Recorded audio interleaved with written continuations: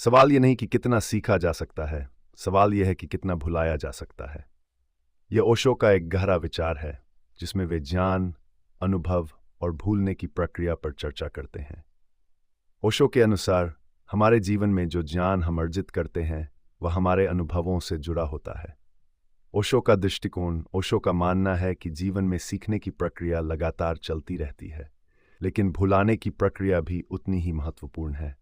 हम जितना सीखते हैं उतना ही हमें अपने अनुभवों को भुलाने की आवश्यकता होती है।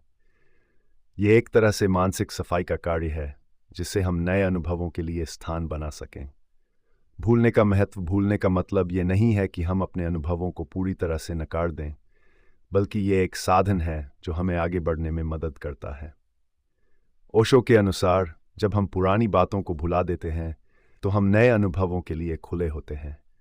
इस प्रक्रिया में हम अपने पूर्वाग्रहों और पूर्व अनुभवों को छोड़कर वर्तमान में जीना सीखते हैं। जीवन की अनिश्चितता। ओशो ने इस बात पर भी जोर दिया कि जीवन में अनिश्चितता एक महत्वपूर्ण तत्व है। हमें यह समझना चाहिए कि कोई भी ज्ञान स्थायी नहीं है। भुलाने की कला हमें इस अनिश्चितता को स्वीकार करने और उससे निपटने में मदद करती है।